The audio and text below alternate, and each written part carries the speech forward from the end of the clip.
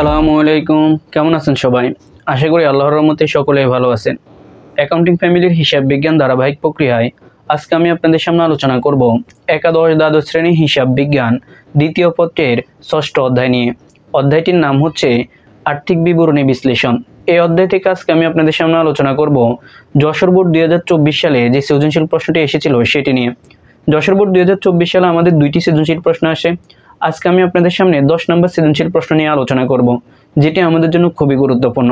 সবচেয়ে মজার বিষয় হচ্ছে এই অধ্যায়ে আমাদের যে সূত্রগুলো আছে এই সূত্রগুলো থেকে সাধারণত বারবার আমাদের প্রশ্নগুলো আসে। তো কেউ যদি আপনারা প্রশ্নগুলো ভালোভাবে সমাধান করেন তাহলে অবশ্যই আপনারা এই অধ্যায় থেকে কি করতে পারবেন, আনসার করতে পারবেন।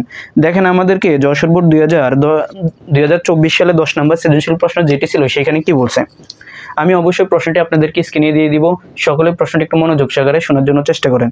এখানে বলছে বাদশা লিমিটেডের 2023 সালের 31 ডিসেম্বর তারিখে আর্থিক অবস্থা নিম্নরূপ। এখানে বলছে বাদশা লিমিটেড আর্থিক অবস্থার বিবরণী 31 ডিসেম্বর 2023।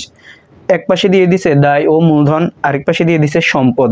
এরপরে বলছে কি দায় ও মূলধনের পাশে কি বলছে দেখেন, শেয়ার মূলধন সঞ্চিতি তহবিল এগুলো অবশ্যই মালিকানা তহবিলের ভিতরে যাবে। 10% ঋণপত্র প্রদেয় হিসাব ব্যাংক জমাতিরিক্ত এগুলো ছিল আমাদের দায় এবং মূলধন। এরপরে সম্পদের পাশে বলছে আসবাবপত্র, মজুত পণ্য, যন্ত্রপাতি, প্রাপ্য হিসাব, হাতে নগদ। এরপরে নিচে আমাদেরকে একটি কথা বলছে বছরের শেষে নিট লাভ 1 লক্ষ টাকা। ক নম্বরে বলছে কার্যকরী মূলধন নির্ণয় করো। খ নম্বরে বলছে কার্যকরী মূলধন অনুপাত এবং তড়িৎ অনুপাত নির্ণয় করো। গ নম্বরে বলছে মালিকানা অনুপাত এবং বিনিয়োজিত মূলধনের আয় অনুপাত নির্ণয় করো। এই ছিল প্রশ্ন। এখন আমি আপনাদেরকে ক খ গ কি করব, তিনটি সমাধান করে দেব। তো ক নম্বরে আমাদেরকে বলছে কার্যকরী মূলধন নির্ণয় করতে বলছে। দেখেন পুরো হিসাব বিজ্ঞানের ভিতরে কিন্তু নিয়মগুলো সেম থাকে। কার্যকরী মূলধন অনুপাত আমাদেরকে আর্থিক অবস্থার বিবরণীতে মাঝে মধ্যে করতে বলে। তো কিভাবে কার্যকরী মূলধন আপনারা যেভাবে বের করবেন সেটি হচ্ছে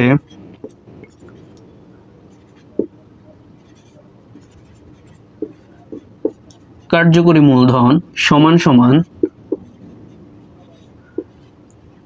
চলতি সম্পদ বিয়োগ করবেন আপনারা এখানে চলতি দায়টাকে। এখন আসেন আমাদেরকে চলতি সম্পদটা বের করতে হবে। তো চলতি সম্পদ আমরা কিভাবে বের করব,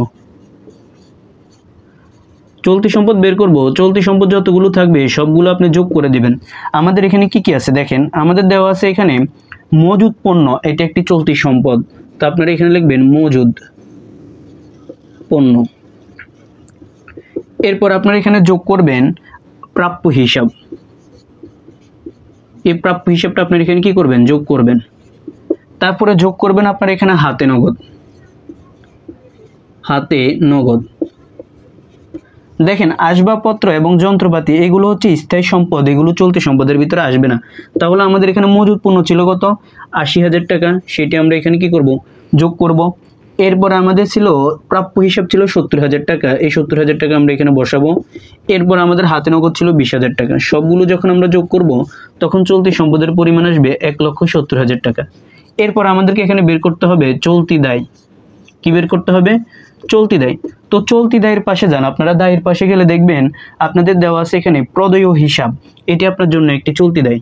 তো আপনি এখানে লিখবেন প্রদেয়, প্রদেয় যে কথা পাওনাদার এক কথা। তো আমরা এখানে লিখবো প্রদেয় হিসাব।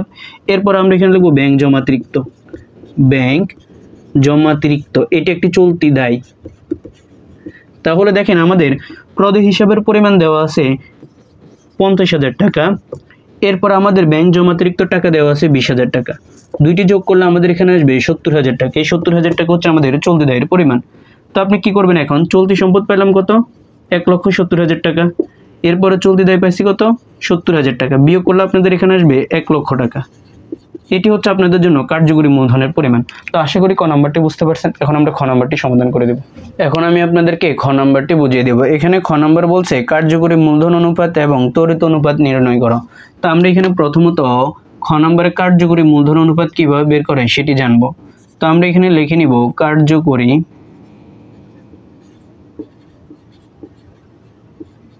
মূলধন অনুপাত। এই সূত্রটা আমরা এখানে কি করব, লিখে নিব।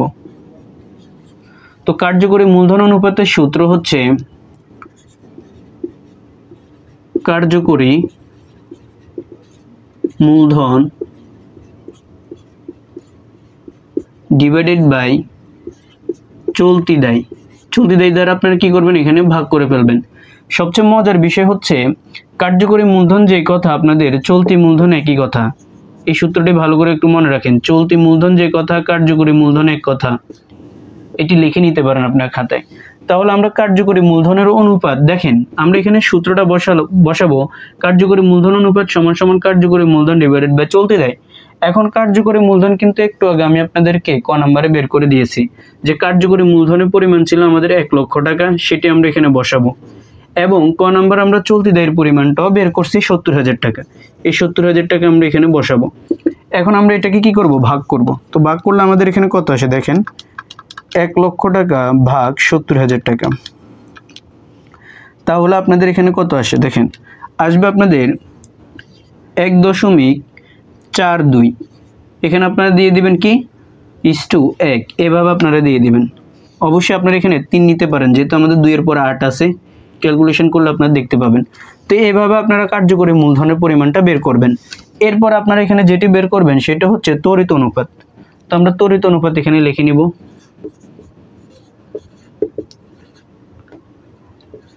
ত্বরিত অনুপাত, ত্বরিত অনুপাত বের করার একটা সূত্র আছে, সেটি আপনাদেরকে জানতে হবে। যারা সূত্র পারবে তারা এই অধ্যায়টি ভালোভাবে কি করতে পারবে, সমাধান করতে পারবে। তো আমরা এখানে লিখে নিব ত্বরিত অনুপাত ডিভাইডেড বাই চলতি দায়, ডিভাইডেড বাই কি করব, চলতি দায় দ্বারা আমরা ভাগ করব। তো ত্বরিত অনুপাত কিন্তু আপনাদেরকে বের করার জন্য এখানে আবার আরেকটি ফর্মুলা জানতে হবে। বিষয়টি সূত্রের উপর নির্ভর করে, আপনারা কতটুকু সূত্র জানেন। দেখেন এখানে লিখবেন আপনারা ত্বরিত অনুপাত, তড়িৎ সম্পদ বের করবেন আপনার উপরে।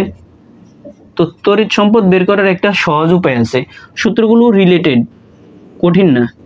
চলতি সম্পদ, তড়িৎ সম্পদ কিভাবে বের করবেন, চলতি সম্পদ থেকে আপনারা এখানে বিয়োগ করবেন অগ্রিম ব্যয়।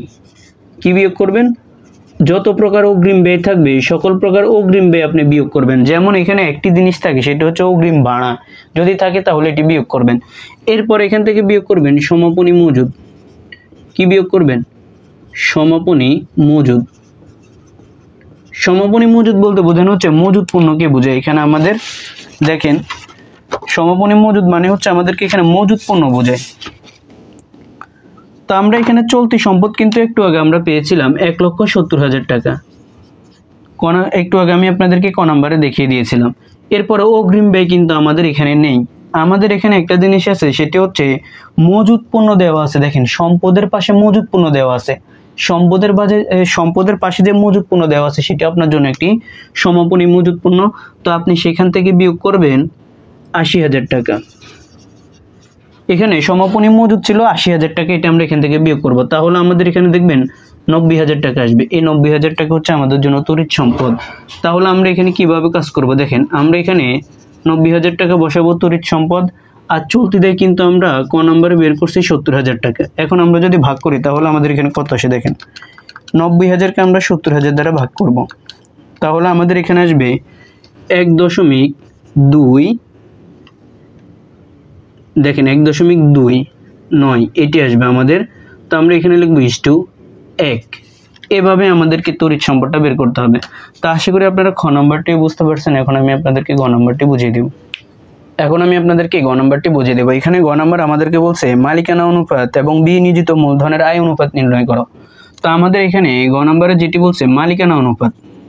দেখেন মালিকানা অনুপাত বলতে সাধারণত এখানে মালিকানা তহবিলকে বোঝাচ্ছে। আপনারা অনেকে প্রশ্ন বুঝেন না, যার কারণে আনসার করতে আপনাদের ভয় লাগে। তো এখানে মালিকানা তহবিল বলছে, হয়তো তাদের মিস্টেক গেল মালিকানা তহবিল কথাটা বলতে প্রশ্ন থেকে। তাহলে মালিকানা তহবিল কথাটা আমরা এখানে লিখে নিব। তো মালিকানা তহবিলের সূত্র হচ্ছে মালিকানা তহবিল অনুপাত। দেখেন এখানে আপনারা লিখবেন অনুপাত কথাটা লিখবেন অবশ্যই, যেহেতু অনুপাত বের করতে বলছে। তো মালিকানা অনুপাত সমান সমান হচ্ছে মোট বহির্দায়, তারপর এটাকে আপনি ভাগ করবেন মালিকানা তহবিল দ্বারা।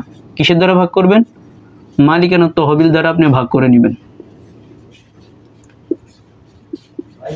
মালিকানা তহবিল দ্বারা ভাগ করবেন। দেখেন এখন প্রশ্ন হচ্ছে যে মোট বহির্দায় জিনিসটা কি।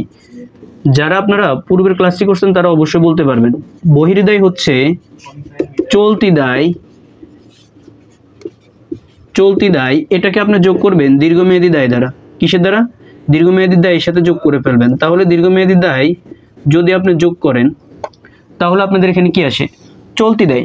চলতি দায় কিন্তু আমরা আপনার ক নাম্বার আমি আপনাদেরকে দেখিয়ে দিয়েছিলাম যে 70,000 টাকা ছিল চলতি দায়। আর এখানে দীর্ঘমেয়াদী দায় কি? দীর্ঘমেয়াদী দায় হচ্ছে আমাদের জন্য 10% ঋণ বা ঋণপত্র যেটি থাকে সেটি হচ্ছে দীর্ঘমেয়াদী দায়। আপনাদের প্রশ্নে দেওয়া আছে 10% ঋণ বা ঋণপত্র 50,000 টাকা আপনারা এখানে যোগ করবেন। যোগ করলে আপনাদের এখানে আসবে 1,20,000 টাকা। এই 1,20,000 টাকা হচ্ছে আপনাদের জন্য বহির্দায়। তাহলে আমরা এখানে বসাবো বহির্দায় হচ্ছে 1,20,000 টাকা। এরপর আমাদের মালিকানা তহবিলটা আমাদেরকে একটু বের করতে হবে।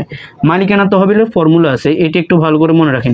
দেখেন ঘুরে ফিরে কিন্তু এক রিলেটেড সূত্রে আপনাদের কাজে লাগে। তো কিছু সূত্র আপনারা মনে রাখেন তাহলে আপনাদের জন্য সহজ। মালিকানা তহবিল কি কি? দেখেন দায় এবং মূলধনের পাশে যান। যত প্রকার মূলধন আছে সকল প্রকার মূলধন মালিকানা তহবিলের সাথে যোগ করে দেবেন।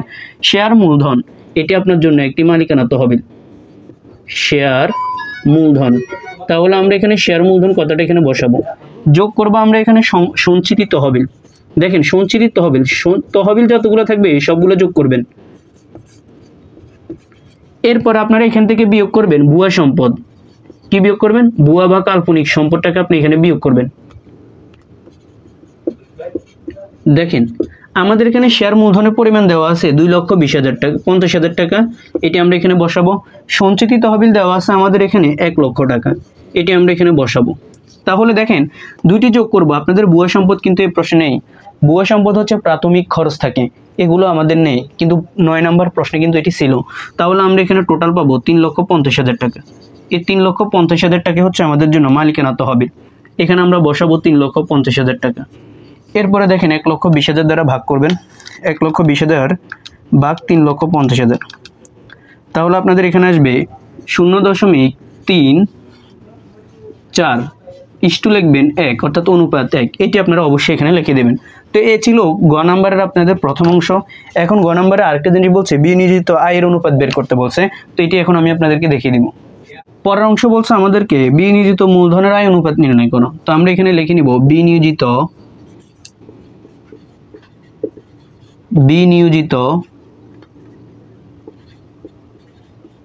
মূলধনের আয় অনুপাত। এই সূত্রটা আপনাদেরকে একটু ভালো করে জানতে হবে। এটি আপনারা কিভাবে বের করবেন?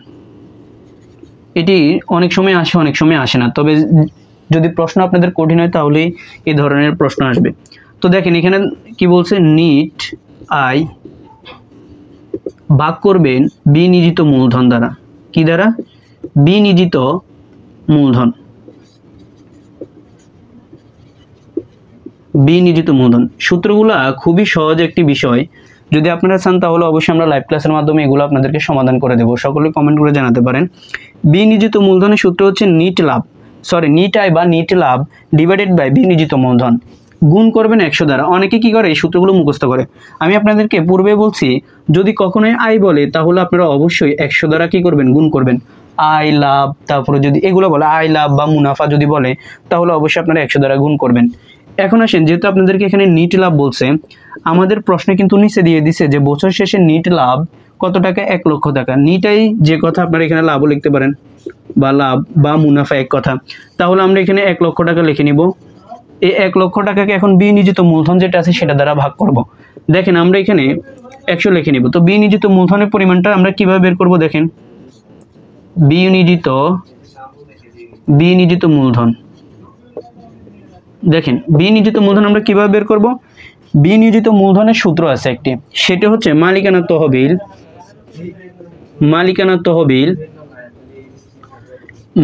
তহবিলটাকে আমরা যোগ করব দীর্ঘমেয়াদী দায় দ্বারা। কিসের দ্বারা?